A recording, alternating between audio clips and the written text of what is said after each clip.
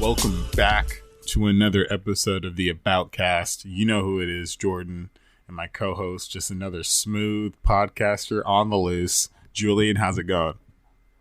Are you ready for this? I'm doing good, man. I'm hyped up. I'm ready to talk the State of the Union on sports, kind of give a little bit of a getaway for the very, very strange times across the world, and even stranger times in America right now, if I'll say so myself, and just taking a look at something that gives a lot of us joy or might have, some background past too, and that's sports. One sec. Okay, cool. Yeah, and so I think that's the amazing thing about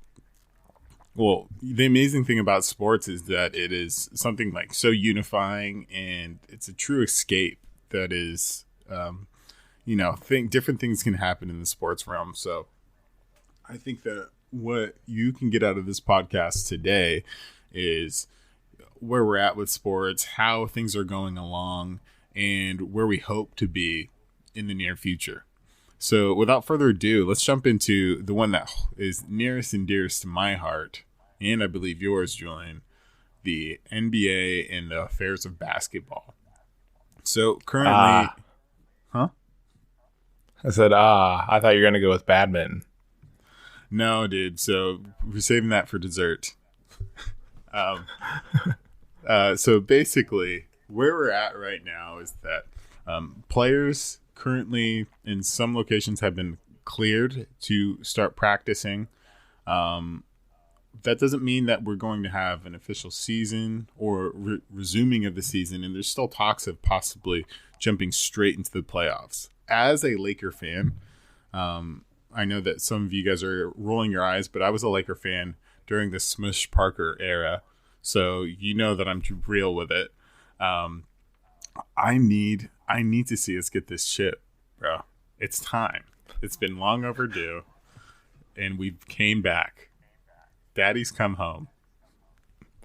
You would hope that they go straight into playoffs from a pure basketball standpoint. And even if I was a player, there's only 15 or 16 games left in the regular season.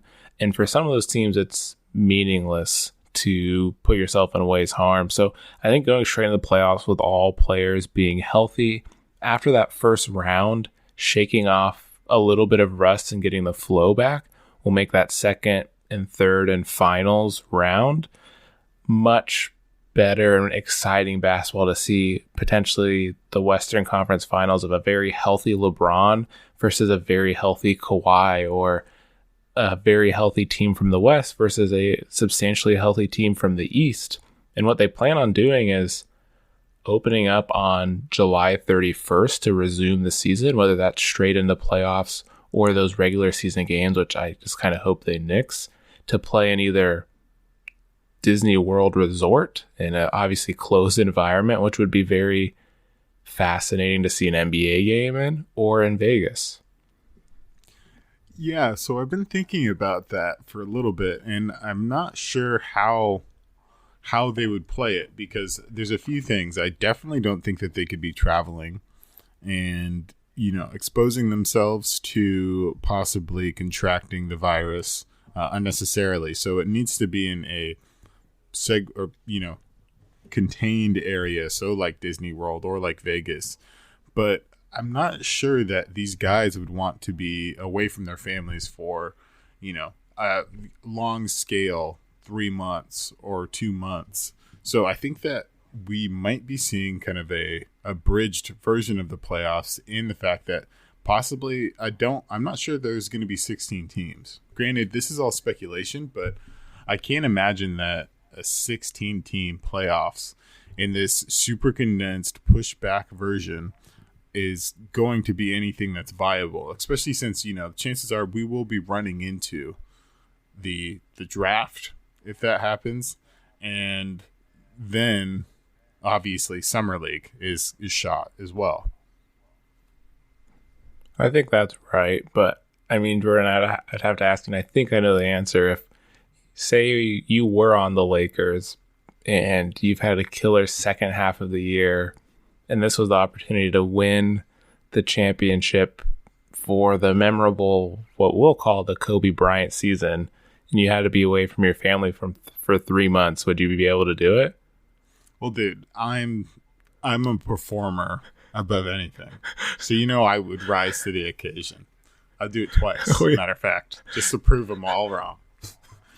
I think that's how all those guys are. I think they would be down to do it as long as it's a neutral playing field for the first time in all of NBA history if they do go that way, which makes you prove the best of the best on any circumstance. No home court refs, no home fans. You're doing you to the best of your ability. And it would just kind of show in some regards. I think that you're really right, and we've seen it happen before. Just two last things. The most thing I'm excited for is you mentioned a healthy LeBron, but you didn't mention a healthy LeBron hairline, which I think we will be seeing soon.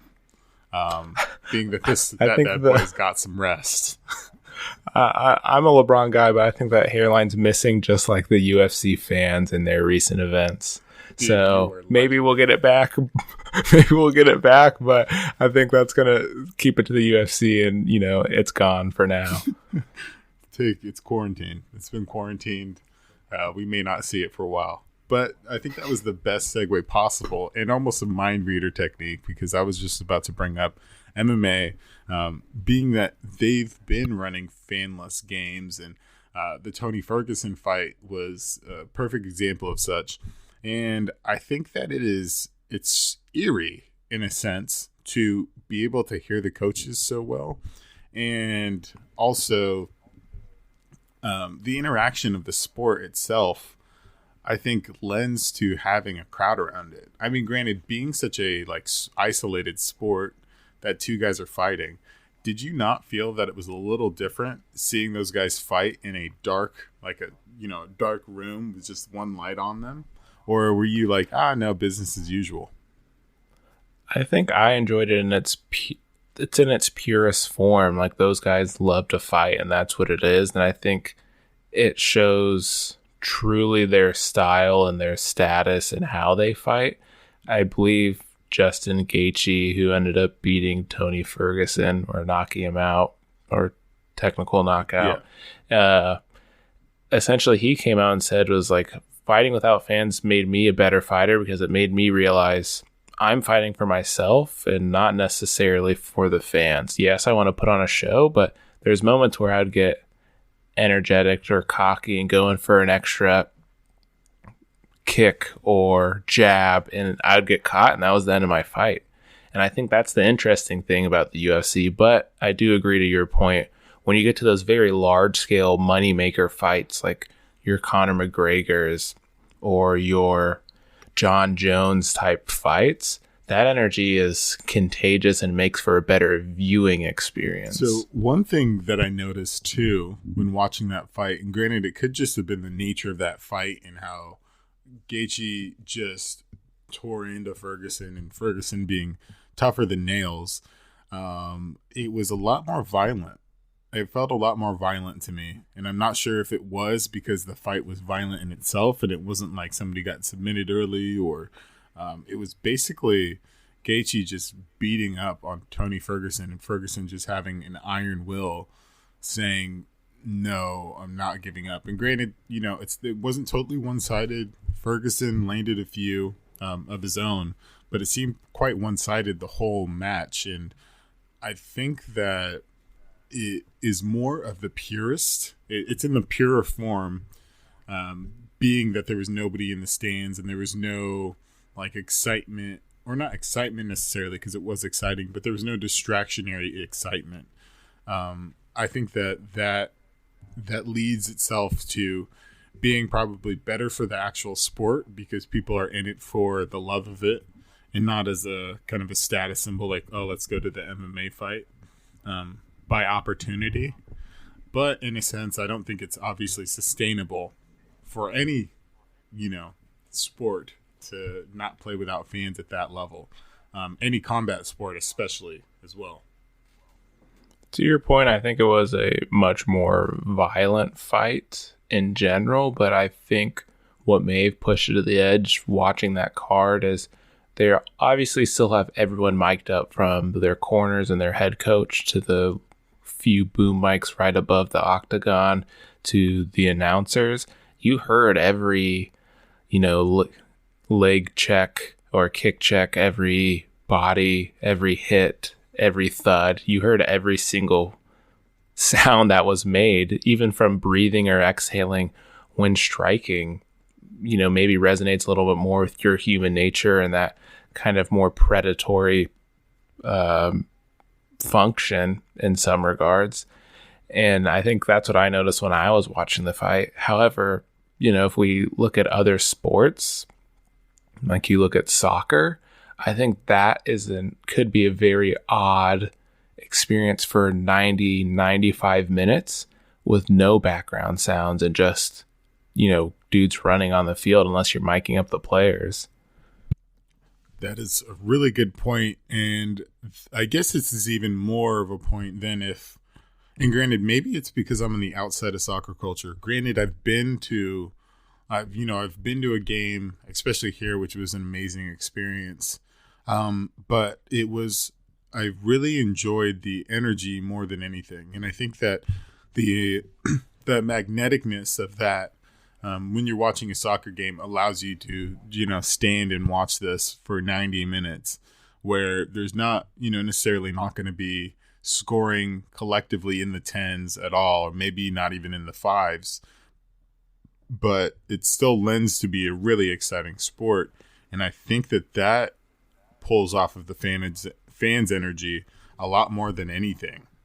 Granted, maybe I'm misunderstanding the game, and yeah, I'm not basically a soccer guy, I would call myself. So I could be, some of you guys could be screaming like, no, there's tons of technique that I love to watch and it'd be even better without fans. But for me, I think collectively the experience with the fans is more integral to soccer than it is possibly some of these other sports. I would concur and say that it is definitely an atmospherical type of sport, because even those who are highly interested in soccer, there are people who watch it alone, but most of those people enjoy watching it with 2 to 3 other friends. And, during these times, it's still a little strange to be in those small groups. So not having that atmosphere, drinking with friends or cheering or, the craziness of the fans, or go back to World Cups past, the Vuvuzuelas and everything like that, amplified the experience. I think, soccer in its own regard is very heavy on skill, but for 90 minutes of viewing from home and what could sound like a golf atmosphere where it's kind of quiet in the background, it'd be very easy to get distracted when you could just go on to social media or YouTube and watch highlights that have music, or watch old matches that have sound, and feeling that camaraderie with other fans even though you aren't directly there. Yeah, definitely. I'm glad we agree on that. One thing that you did mention that I thought, literally, I think we're in sync now, because I was just thinking about golf, and I think that golf might be the one sport short of ping pong and badminton that you don't need any fans at all, especially golf, where you want it to be quiet, and when the action is happening, it is dead quiet, or it should be, out of respect for the players, and you only hear cheering when the round is over. Once they've gotten their score, gotten the ball into the hole, that's when the crowd shows their support. And maybe even, I'm going to go out on a limb and say that tennis is, to a lesser degree, functions the same way as soccer. Oh, interesting. On the golf side, I'll start there. I think golf is a real relaxing sport to those who play. People go on vacation to play golf with, them or maybe one friend to do 18 holes or maybe 36, and you don't have to worry about social distancing. It's a game essentially against yourself. You're in your own mind, And so I think that of all sports, maybe the one that isn't going to change. Yeah, Augusta or other big events, the crowd may be different, but I think that lends to better golf in some regards, or it becomes harder because you're more in your own head. But tennis being similar to soccer, that's a tough one, because obviously it's during the rallies it's a little quiet, but there's big eruptions. Correction. I think that tennis is similar to golf, not soccer.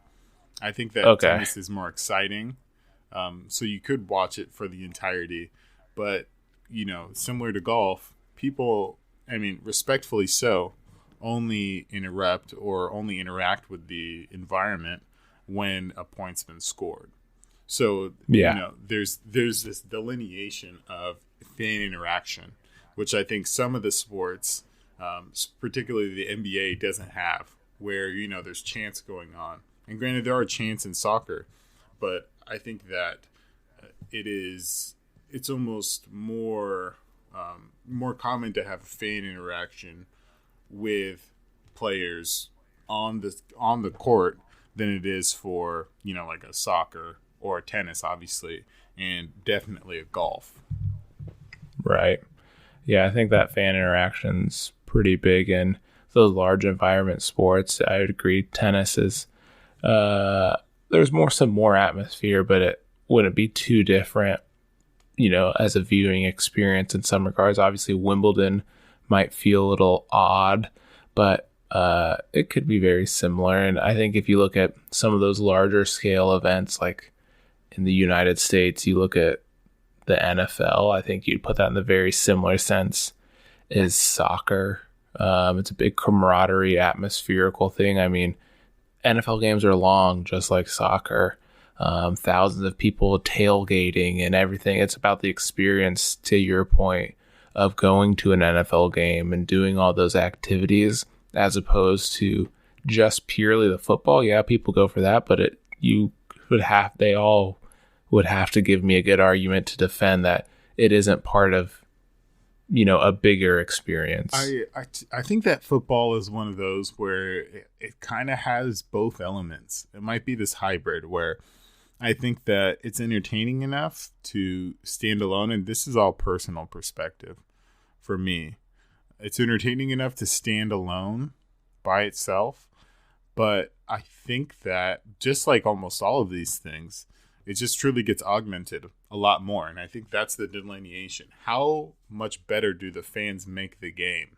And I guess that's a personal question. But to segue to something that I think is really, really, really perked my ears up when I heard it, to the point where I got really excited to regain. Everything in our lives, I feel like, is and one of those things where it's like, what the hell? How did this happen? As far as the virus, as far as things going on in the States currently right now, as far as kind of like the financial collapses, other things. But I think that possibly, or, chances are yes, getting to see Mike Tyson fight in our generation is something that got me so excited to see, man. At 53, we're going to get to be able to see this dude fight.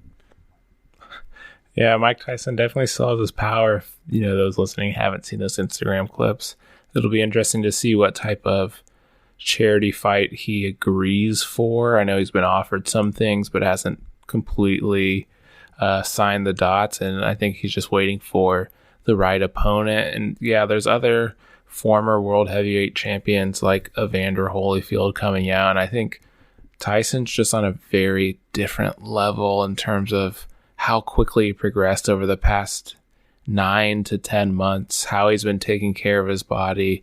And to me, Tyson was never purely a fundamental and skills guy. Like, his fundamentals and skills were superior, but his just raw athleticism and violent inner personality is unmatched, and you can't combat that as another 50-year-old if you don't have that.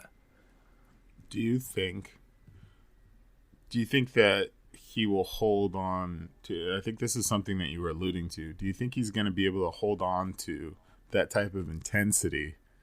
At 53, I think that, something that Henry Rollins has said in an interview was, as he got older, instead of chopping the whole force down, and this is this former singer of the Black Flag, instead of chopping the forest down, he's gotten a lot more surgical with it. So he chops down this specific tree with skill and super efficiency.